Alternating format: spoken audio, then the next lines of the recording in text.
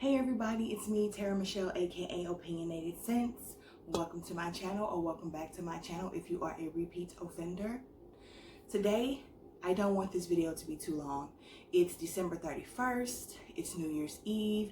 I'm pretty sure you guys are either getting ready for something special this evening or sitting down writing up your New Year's resolutions. Whatever you're doing, I don't want to interrupt too much. So I want to go ahead and get this out there and let you go on with your day. I'm not going to be going over these perfumes with specific notes or anything like that because this haul is pretty big. So if you see something that you really want to hear a review on, leave it in the comments and I'll get to it for you. Okay, let's go ahead and start the video. The first one I want to go over is a travel size because I seriously just wanted to test it. This is Ariana Grande's Thank You Next. I have been told that this was like a brutally harsh coconut. I don't get that. I love the use of coconut in this. It's sweet, it's girly, it's Ariana Grande. It's a nice strong coconut, but not harsh. It's probably one of my favorite uses of coconut because lately there's a lot of perfumes that are touting they're heavy in coconut and there's no coconut there. The next one is by Ellis Brooklyn, and this is called Sweet. This gives me like Burberry Her Baccarat Rouge vibes. Not a dupe, but that sweet, like whimsical, innocent, pretty scent. This is far more, basic, less complex, but it's nice. However, for the price tag, no ma'am, no sir. Let's go ahead and jump into this one because I've heard a lot about it. This is Velvet Teddy by MAC. So I believe this is a lipstick. I think the shade scents are, them taking like Ruby Woo, Candy Yum Yum and all that and making it into a perfume. Now, I will be reviewing this one probably first because just know. The next two are from this touted, famed Elizabeth Arden White Tea line. I have Elizabeth Arden White Tea and then Elizabeth Arden White Tea Vanilla Orchid. The white tea version reminds me of a grandmother's love. It's so simple. It's a tea fragrance. It feels like hugs and love from your grandmother. I'm not saying that it's not necessarily an old lady or outdated fragrance. It's definitely something I feel like is good for brunch or, running errands, just being easy, breezy, clean. This is a very simplistic fragrance. So if you're a woman out there who doesn't like all the zhuzh and pizzazz of just really loud, really in your face fragrances, and you like something a little more subtle, a little closer to the skin, but still really pretty, this will work well for you. It will work very well for you. The Vanilla Orchid. It's the same, but with floral notes. I think I prefer this one because I am the girl who likes a little pizzazz, a little wow factor, and this just gives it a little oomph. I wouldn't necessarily say that anybody needs to go right out and buy these. I didn't like the green tea. I ended up giving it to my daughter. I just don't know if tea fragrances are it for me. Although there are a couple that I do like. I digress. How many of y'all saw my review on this? Yeah. Nishane Ani. It's a nice vanilla fragrance. I know a lot of people thought I was saying I hated it in that video. That wasn't what I was saying at all. Maybe I should open it up for you guys while I talk about how I didn't want it. But I'm not going to be mad at a gift. Come on, especially one this expensive. I think it's overpriced. I think it's overhyped. It's not anywhere near the most unique or best smelling vanilla that I've ever had. I do like it. I do like it. This bottle is really pretty. I really do like it. I'm not going to say I don't like it. I just wish it didn't cost so much. It's one of those, if you watch my video, you'll see what I'm saying about it. But it is a nice, complex, niche vanilla. For those people who are used to celebrity vanilla fragrances or designer, this is definitely some twists and some turns with the complexity of it. But it's not super unique to me. It puts me in the mindset of so many other vanillas that I have. namely Spiritueux de Vanille, Love Don't Be Shy, Madonna's Truth or Dare Naked, Alien Essence Absolute. I can keep going on. It just has certain parts and bits and things that remind me of those. So it wasn't necessary to have in my collection, but now that I have it, I will be wearing it. Trust. So I purchased some fragrances that I had been hearing about in just a few videos. It wasn't touted like heavy. I think it might have been bigger years and years ago, but this is an independent house. I do believe it's called Ganache, and I purchased 3 perfumes. So Lemon Cream. This smells like lemon cocoa. You have to be a gourmand lover. You have to want to smell like food or hot chocolate or lemon meringue pie or something like that. This is very heavy on a cacao-like smell, and then the vanilla comes alive in the mid and in the dry down, but the chocolate vibe doesn't really go anywhere. I wouldn't think that I would be interested in something like that because I don't want to eat lemon and chocolate together, me personally. I don't think I ever have, to be honest, but this is delicious. I haven't yet figured out where I would wear it, why, when, how, but I'm actually glad I have it. I really do like it. I also bought Sunny, and Sunny it's sunny. It smells like a beautiful, sweet, vibrant, happy perfume. Nothing too serious, but to me, this could be an absolute everyday signature scent for spring and summer. It's really, really nice. I think it would be so beautiful on rainy days to give you a pick-me-up. It's interesting. I don't have anything else that smells like this in my collection. So you guys know I'm always impressed when I can find something that I'm not used to. The last one that I purchased is called Vylette. Look at how you spelled it. I love that. Vylette. This is beautiful. This is like violets or an iris and cherry, I believe. And you guys, I've been looking for a cherry fragrance to make me stop saying that I don't really care for cherry. I just wanted to get far away from anything that smelled like maraschino cherry. This is beautiful. Now this is one I haven't seen anybody talk about in their videos. I'm not a huge cherry or floral person, and yet this is my favorite one. This is stunning. And if I can remember correctly, there is a ton of notes in here, I think. And all of them had me going, that's not my vibe. But something in the back of my head was like, trust me, it is. So get it. So I did. I think the sale he was running at that time was like buy 2, get 1 free or something like that. So I indulged. I'm glad I did. I do like the house, Ganache Perfumes or Parfums. So I will do a review on all 3 of these a little bit more in depth with the notes and all that good stuff. Oh, okay. Yeah, let's talk about this. Dolce & Gabbana number 3, L'Imperatrice. So I hated this fragrance when I smelled it. When I first smelled it, it smelled like rotten watermelon. Watermelon is not my thing anyway, but I definitely don't want it rotten, like sour and just ugh. I ended up giving this to a former coworker of mine named Ashley because I got it in Scentbird. And she loved it. And so the other day, like you guys see me in the comments, you watch my videos, I'm always talking about how my palette has changed and how I keep going back to revisit things that were on my super hate list. And all of a sudden I love them now. It's really annoying if I'm being honest, because I want to just be able to keep my hatred for something. This is good. It's very tart and sour, very minute sweetness in it, but it's like the real sweetness of a fruit, of a melon. There's rhubarb in here, which is the thing that pulled me into Delina and my absolute obsession and love for Delina. So I don't know, but I really like this now, and I cannot wait to wear this in the spring. I actually think that this is a stunning, stunning fragrance. Like I said, anybody who's been following me long before I started my channel, I just started my channel on September 25th this year. But if you saw me in the comments previous, like all of this year, you know I was not feeling that perfume. I finally got a full bottle of the Sol de Janeiro Cheriosa 62.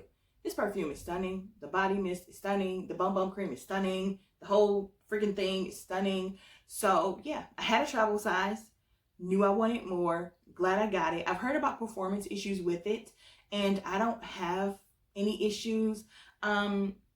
I do top up throughout the day just because I want to smell the opening again. I finally received my full bottle of Marc Jacobs Perfect. I talked briefly about this in one of my videos as well. I do believe it was like my top, the top new releases of 2020. This is stunning. It smells like a watermelon Jolly Rancher. I really do love this. I'm so, and I don't, when I say I'm shocked, guys, please don't take that as a dig, as me thinking Marc Jacobs is incapable, because I have an entire roll of perfume for Marc Jacobs. So clearly I like the guy or whoever's doing the fragrances. It's just that I didn't know I would like this much. I really do. I really do. Okay, so 2 of the 4 that I ordered from Julianna's Perfumes have come in. We have Aphrodite Rose and we have Red Carpet Affair. Red Carpet Affair is the dupe for Angelique Noir from the House of Ganache. I freaking love this. Oh my gosh. And Aphrodite's Rose is a inspiration fragrance of Initio's Atomic Rose, Initio Parfums Atomic Rose, which I've never smelled before. So it's stunning. Oh my gosh. I talked about both of these full length when I did my reviews of Julianna's perfumes. So feel free to go through my video list and watch those. I really love this inspiration house. Dupe house, whatever you want to call it. I really, really love it. It's my favorite. I purchased some fragrances from Shay and Blue. I already own 3 fragrances. I believe I own White Peaches, something about English Cherry Blossom, and Blood Orange, I think. I love those. And I need to do a little house or collection video on these. They're not really winter fragrances for the most part, but I have been looking for the perfect lime for quite some time. And this is Sicilian Limes by Shay and Blue. I think that I found the perfect lime in Limon Verde from the House of Guerlain's Aqua Allegoria lime, because it is the perfect amount of lime, citrus, they burst of energy and brightness, plus the sweetness I'm looking for. A couple of new lime fragrances I've purchased, there's no sweetness. It's almost like a really dry lime. So you're going to get the lime that you're looking for, but to make it feminine and sweeten it up, I think I'll be adding Limon Verde to all of these. But just for today, this is the one I'm talking about, Sicilian Limes. It's really pretty. It's a very effervescent dry lime. The next one is called Shay and Blue Lite Mandarin. So this is a light scent spray with essential oils. This is Mandarin. This is super like, it's beautiful to me, but it's definitely got that essential oil flair where it can almost feel like it might be like a Mandarin scented cleaner, like a Mandarin Pledge or something like that. It does give that vibe. So I would be layering this again with something much sweeter and brighter, but I don't mind that because I think with the Shay and Blues, with them being the base, they will be the longevity for whatever I mix them with. Like with the Sicilian Limes, Limon Verde does not have the best lasting power. I get 4 to 6 hours out of it max. I think I can elongate that by layering it with Sicilian Limes and also having it be the sweetness that the Sicilian lime needs. This one will also probably more than likely be layered with something from the Aqua Allegoria line, like Pamplaloon, I think is how you say it, or Passiflora. Beautiful, beautiful fragrance. This is Salt Caramel by Shay and Blue. What I am discovering, especially with like the Sol de Janeiro, what is it, Cheriosa 71, that new one that they came out with that's supposed to be like macadamia and you know what, macadamia nuts and whatever. There's a huge popcorn note in that for me. And I don't think popcorn is in it at all, but something is in it. If it's the macadamia and the caramel, whatever it is, pulls like a huge stale bucket of over buttered popcorn, and it's gross in the beginning and in the mid. And then the dry down is beautiful. It's exquisite. See, things like that irk me so bad. It's one thing if I don't like your opening and then the mid starts to get better. But when I have to wait all the way through the top and the mid, 30 minutes to an hour before it gets good, no thank you. This Salt and Caramel, okay, comes off a little buttery popcornish, but moves very quickly into cat pee, like a litter box.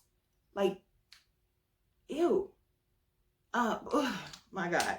And then in the dry down, it smells a lot like Pure Excess by Paco Rabanne. So it does eventually get sweeter and drop the popcorn note, but the cat urine is always still lingering. It's like, I'm here. And I noticed that. I know a lot of people say that about like these heavily doused caramel scents sometimes when it's not mixed with like vanilla or marshmallow or whipped cream or something. It's something in the type of, I don't know. No. I'll briefly talk on this one. This is the new Jessica Simpson Fiend. Nope. Gonna review that one too. No. This next one is by the Phluid Project. I just saw these on like Ulta or Sephora. I'm not really sure. This one is Scent Elixir. So let me tell you why I love this. Look at this. It's like blue at the bottom and pink at the top. So you actually have permission to shake it. You're supposed to shake, and then let it mix up like this. It is very much a moisturizing spray as well. I'm trying to think on my hand. And then you spray it on you. Now this is very moisturizing. I was like, let me go wash my hands and let them dry without putting any lotion on. Put it on and it was like invigorating to my skin. Like I had just put on a spray mist lotion or something. It was really nice. It smells very clean, very much like hand soap from like a public restroom somewhere, a nice quality one. This is not going to be projecting all over the place. I feel like this is something that you could use if you don't like lotions or the greasy feel of whatever lotion you're using. You could spray this on real quick for your hands after washing them at work. Or this is something you could spray on right after you get out of the shower. If you're just going to be around the house. This is not a perfume to me. So I hope that's not what it was meant to be. The next one that I have was a new one that just came out, and I was so excited. I need to do a review on it too. I need to do a review on my entire collection of this house. This is Atelier Cologne Lemon Island. I love anything lemon. It does not smell like lemon pledge. This is a beautiful, bright, zesty lemon. It really, to me, honestly, it smells more like bergamot, but they said it's lemon, so I'm gonna give it to them. The jasmine in this is exquisite. So it starts off with that citrus burst of energy and that life and that vibrance. Is vibrance a word? I know vibrant is a word. Whatever. So this is really good. I wish the lemon stayed strong throughout, but come on, what citrus does for real? The citrus note is usually what leaves first in those situations, but it's okay. This is beautiful, and I will be getting at least a 30 ml bottle of this. I have so many Atelier colognes, but my God, they did so good with this one and with Love Osmanthus. I really like them both. Okay, let me talk about the elephant in the room, because I have been getting rid of my Marc Jacobs. I got rid of Decadence. I still have to get rid of Oh So Decadence. I got rid of Divine Decadence, and I got rid of some Oh So Fresh EDT versions of some of the stuff I have back here. But I couldn't help myself when I saw he had released another freaking Daisy line. And this is Marc Jacobs Spring, or this is Daisy Love Marc Jacobs Spring. So I like the Daisy Loves more than the short bottles and the tall Oh So Fresh ones. These are sweeter and they make me happy. So this is a green Marc Jacobs Daisy Love. Oh, the fig in here, the fig note, I don't know if it's the leaf or the fruit. I feel like it's probably the leaf because this is so green, but look at it. I love it. I love it. It is a beautiful green Marc Jacobs Daisy Love. So if you own Daisy Love or have ever smelled it, put fig leaf or some type of greenery, a little bit of green grass in it to make it a vibrant, beautiful, perfect for spring fragrance, and then give your dry down completely identical to Marc Jacobs Daisy Love. And that's what you have in this bottle. So if you still own Daisy Love, this isn't necessary. But if you're a collector, or if you want just a little twist on it, by all means get it. I'm glad I got it. They do have an Oh So Fresh, and they do have the little short bottle. The notes in them didn't sing to me though, so I didn't purchase them. So I have 4 that just got here today. All 4 of them are keepers. One of them I like less than the other 3, so I'll start with it. This is Amethyst L'eclat by Lite. So of course you've heard me talk about Lite Amethyst, one of the most beautiful, exquisitely unique, weirdly unique fragrances I've ever smelled, because it is, when you look at the notes and you get it and you smell it, it's absolutely not what you thought you were going to end up with. It's just not. I got to keep it 100. I got to keep it funky. So this is the Amethyst L'eclat. I purchased this based on the recommendation of Lulu, who I just did the live with yesterday. I hope you guys got a chance to watch that. This is a much more muted Amethyst L'eclat. So I'm not really sure what the different notes are. I can't remember if this is the one that's supposed to be woody. But what I do know is this is a little, it's cleaner. Not necessarily fresher though. I don't really know. I think the fresh beautifulness of the berries in Amethyst are just unmatched. This one is more muted on the berries. There's a little something different going on, so I'm gonna have to look into the notes. Already when I first sprayed it, it didn't last as long on my hand with one spray as Amethyst did. And I don't know. I feel like you could probably do this one as a nighttime companion to Amethyst. So you wear Amethyst to work or throughout the day, whatever you're doing. And then if you're going to go and do something. So every time I'm trying to explain something to you guys, I'm explaining it pre-COVID.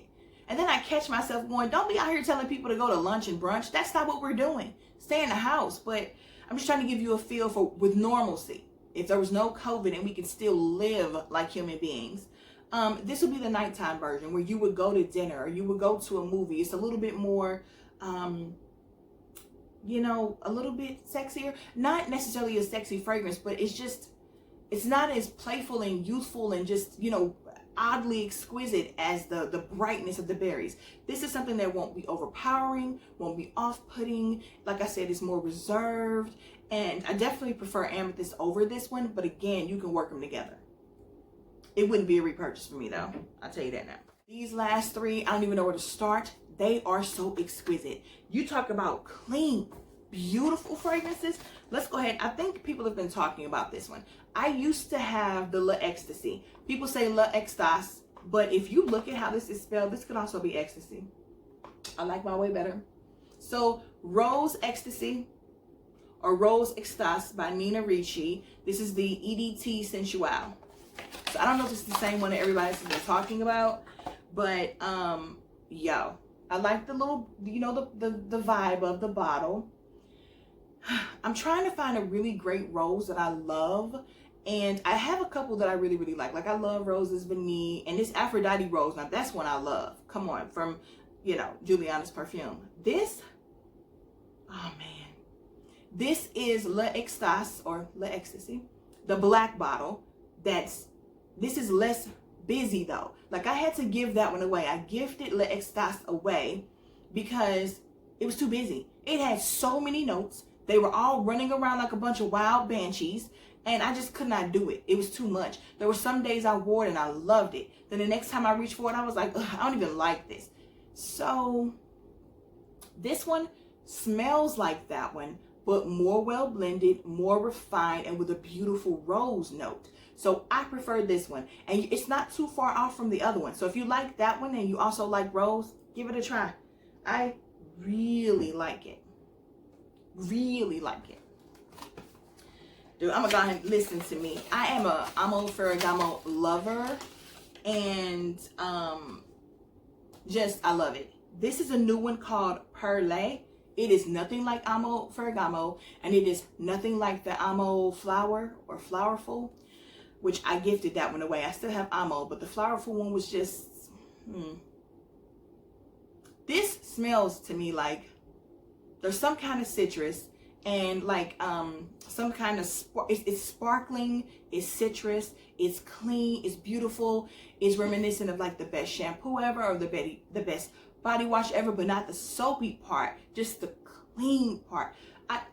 Guys, I promise you, we gonna revisit this in the spring. First of all, I have to do a review on it, and also watch what I do to this in the spring. I literally feel like I'm gonna wear this once or twice a week, every week in the spring.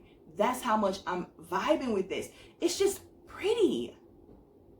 Like, it's pretty for the sake of being pretty. Like, I feel pretty just smelling it. Like, no matter what you feel like that day or what you look like that day, this will be good for working out, I think. This will be good for everyday signature scents for spring and summer. This is good for a teacher. This is good for, you know, everybody, you know, secretaries, fast food workers, if you can wear it. Like, this is just something that when people smell you, I think they'll be happier. So if you have to deal with the public, last but not least, another beautiful clean fragrance. This is Mademoiselle. Why do I put that word? Mademoiselle. This is Mademoiselle Roche's Fun in Pink. Roche's Paris. So I have Mademoiselle Roche's up there, Couture. I love it. It is so pretty. Look at this. Look at this. Look at this.